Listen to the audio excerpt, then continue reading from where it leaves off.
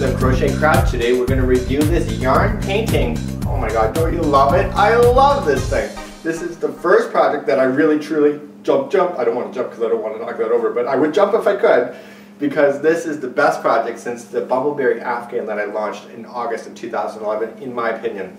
I love the Bernat Mosaic yarn. The colors of the yarn line speak to me. That's why I love the yarn. And actually somebody said that the yarn line, instead of the Bernat Mosaic, should be Bernat Mikey's yarn or something crazy like that, because I really truly love this yarn.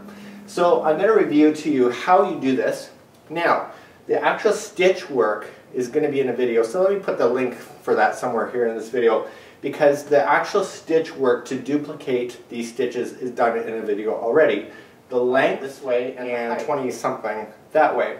But honeys, it's called free form crochet. Sometimes you gotta make it or fake it. We all know how that is. So basically we have to make this project fit to the frame. So don't email me and say, Mikey, I have a certain frame, certain size, tell me how many stitches you're gonna need, because honey, that email is gonna go where? Garbage. Because I'm not telling you that, because this is part of your creative experience to be able to use free form crochet. Not trying to be rude, I'm just being realistic. So what you're going to need here is that I'm going to give you the video to be able to recreate the stitches. The stitches are in groups of 4. So when you're looking at this project close up, you'll notice that the basket weave stitch that this is almost in squares. Okay? So it's in squares of 4. So 4, 4, 4, 4, 4. And you want that to be balanced, okay, when we do it. Now, I have another piece here. I feel like a real how-to show, and you have something on the side. Here's another piece here, and it's not the same size, so if I wanted another frame, you know, you can do it like this, okay? So this is using the Bernat Mosaic Ninja colors. And basically, I let the yarn do the work. You know, I'm really not that artistic, it's the yarn doing all the work. But basically, if I was to look at this and put it down like that, you would see that it's too small. It's actually one box too small. So what you need to do is that you need to start this project, and it's always in groups of 4. So if you go 4, 4, 4, 4, 4, everything is a denomination of 4. But always in basket weave, you're always going to have one that is on the side. Okay? You always have one on both sides. So you go 4, 4, 4, 4, 4, 4 times a certain number, and then add 2 for both sides, 1 for each side. And then you add 3 more for your first double crochet going up. I know that sounded confusing, but that's what I did. So what I decided to do is that this has, when it starts coming together right in the very beginning, the first chain is going to say, oh my god, it's way too long. But after you get past the first 3 lines, you're going to notice that your project is going to start contracting a little bit. And you want that. What you're looking for in this frame is that you want about 1 inch empty on both sides.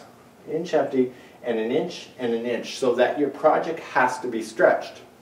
Now, what do we know about stretching when it comes to crochet? Is that when you stretch crochet, it never goes back. So if you matched your project to this exact frame size without any stretch, the whole project over time is going to go, it's going to start drooping, it's going to start falling on you. So you have to get it to stretch. Now, how did I get it fastened? Honey, this is the best part. This is where I've got all butch on you, is that I got a staple gun, okay? What you need to be careful with a staple gun, other than stapling your fingers, is that the staple gun staples, the staple gun staples are a certain length. So if you had a cheapy frame, okay, that was really thin, once you start pounding the staples through and the staples start coming through on the other side, you know you're screwed. So you have to be very conscious that the length of the staples is actually going to be okay with the frame. The other thing you should be aware of when I'm going to hold this sample back up is that you'll be surprised how heavy this is. Okay? So I'm using 3 strings at one time, and we've got 3 strings going on at one time. I let the colors just fall where they did, but this piece inside is actually pretty heavy. So if you're having a cheapy frame, the frame could actually collapse on itself because it's so heavy. You'd be very, very surprised. Let's review the materials that's inside this project. There's actually 9 balls of the Bernat Mosaic yarn. And the Mosaic is like my most favorite yarn. I love the colors. The colors totally speak to me in this yarn. I know everybody's like, oh yeah, yeah, yeah. I love this yarn. I think it's fabulous. The colors are just so vibrant, so much fun. And so there's 9 balls, but it's not just one color that I've used. If you look really carefully at this painting, or yarn painting I should say, is that there's a combination of different colors in here. There's everything from Daydream, Into the Woods, there is Medusa in there, there's Fantasy, there's Spectrum, Calypso, Optimistic, and you're using 3 yarn strings at one time. So in actual fact, this section would be 3 balls, 3 balls, and 3 balls. Now I just mixed the yarns up to what I wanted. So you're always using 3 at one time. You're going to use a size 10mm or a size N crochet hook to be able to do it because you are working with 3 yarns at one time.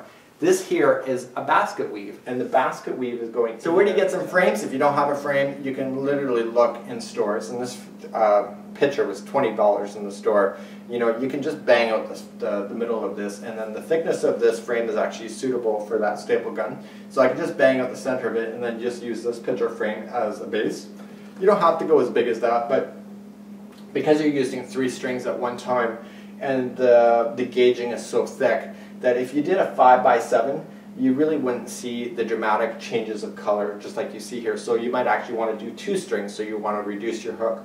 Or, you know, I wouldn't necessarily go to 1 string, because 1 string you'll only end up with 1 ball of yarn.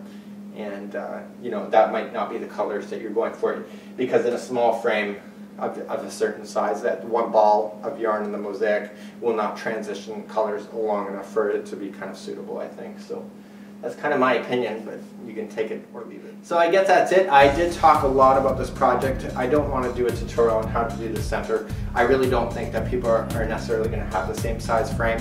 So you know, you could do thinner stuff, smaller stuff, bigger stuff. You know, I'm even thinking of going bigger with this kind of concept because I think this is really quite brilliant.